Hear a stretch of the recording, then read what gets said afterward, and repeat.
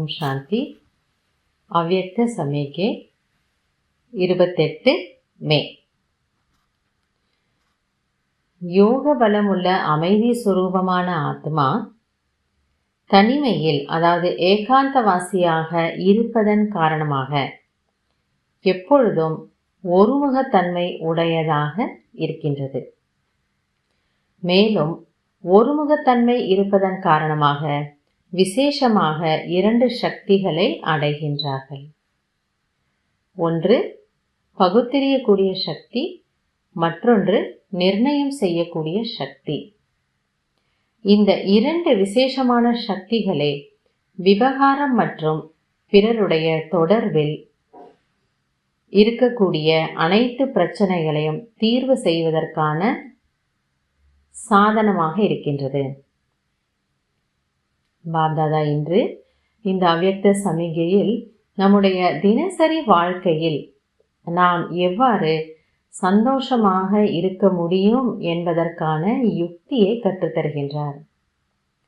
விவகாரம் மற்றும் பரமார்த்தம், அதாவது தொடர்பில் வருவது. அப்போ முழு நாளும் நம்ம எவ்வளோ பேரினுடைய தொடர்பில் வரோம், கொடுக்கல் வாங்கல் இருக்கு, பலவிதமான காரியங்களில் ஈடுபடுகின்றோம்.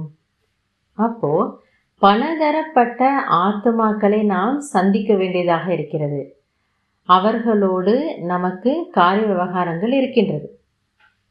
ஆக நம் முன்னால் வருபவர்களுடைய தேவை என்னவென்று தெரிந்து கொண்டால், அதற்கேற்ப அவர்களுடைய எதிர்பார்ப்புகளை நாம் பூர்த்தி செய்துவிட்டால் பிரச்சனையே வராது. அது நம்முடைய வீட்டில் இருக்கிறவங்களா இருக்கலாம், அல்லது வெளியில் இருக்கிறவங்களா இருக்கலாம், அல்லது அலுவலகங்களில் இருக்கக்கூடியவர்களாக இருக்கலாம், யார் வேணாலும் இருக்கலாம். ஏன் சில இடங்களில் நமக்கும் பிறருக்கும் பிரச்சனை ஏற்படுது, ஒத்து போக முடியலை அப்படின்னா அவர்களுடைய மனதினுடைய பாவனை, அவர்களுடைய மனதினுடைய எதிர்பார்ப்பை என்னால் புரிந்து கொள்ள முடியவில்லை. அவங்க ஒன்று எதிர்பார்க்குறாங்க, ஆனால் அது எனக்கு தெரியாத காரணத்தினால அந்த தொடர்பு, அந்த உறவு சரிவரமாக இருக்கிறதில்ல. ஆனால் இன்னைக்கு பாபா அதற்கான ஒரு சமாதானம், ஒரு வழிமுறையை சொல்லி கொடுக்கிறாரு.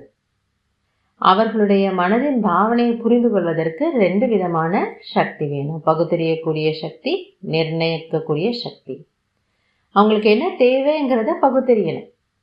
அவங்களுக்கு சக்தி வேணுமா, அன்பு வேணுமா, அல்ல அவங்கள புரிஞ்சுக்கணும்னு எதிர்பார்க்குறாங்களா, மதிப்பு மரியாதை வேணுமா, என்ன வேணுங்கிறத நம்ம புரிஞ்சுக்கிட்டோன்னா, முடிவெடுத்தோன்னா அதன் அனுசாரம் நடந்து கொள்ளலாம்.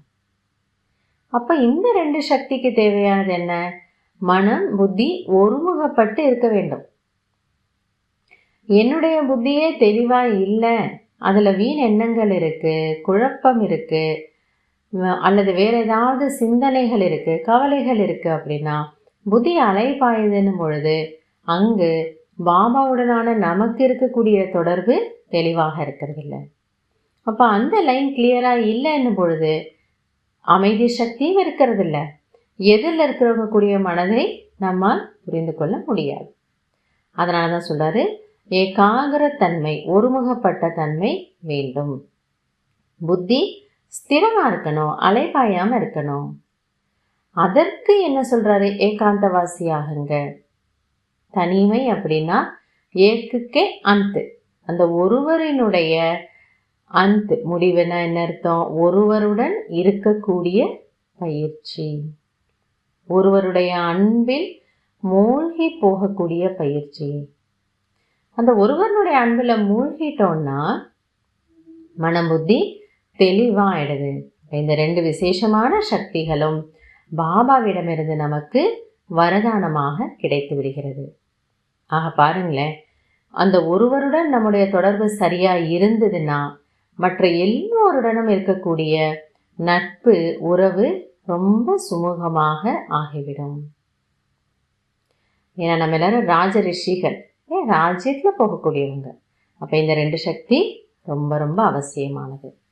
அதனால் இன்றைக்கு நாம் செய்யக்கூடிய பயிற்சி சாரம், ஒருவரின் அன்பில் மூழ்குவது. அதன் காரணமாக அனைவருடனும் நாம் நல்லதொரு சுமூகமான உறவை வைத்துக் கொள்ளலாம். ஓம் சாந்தி.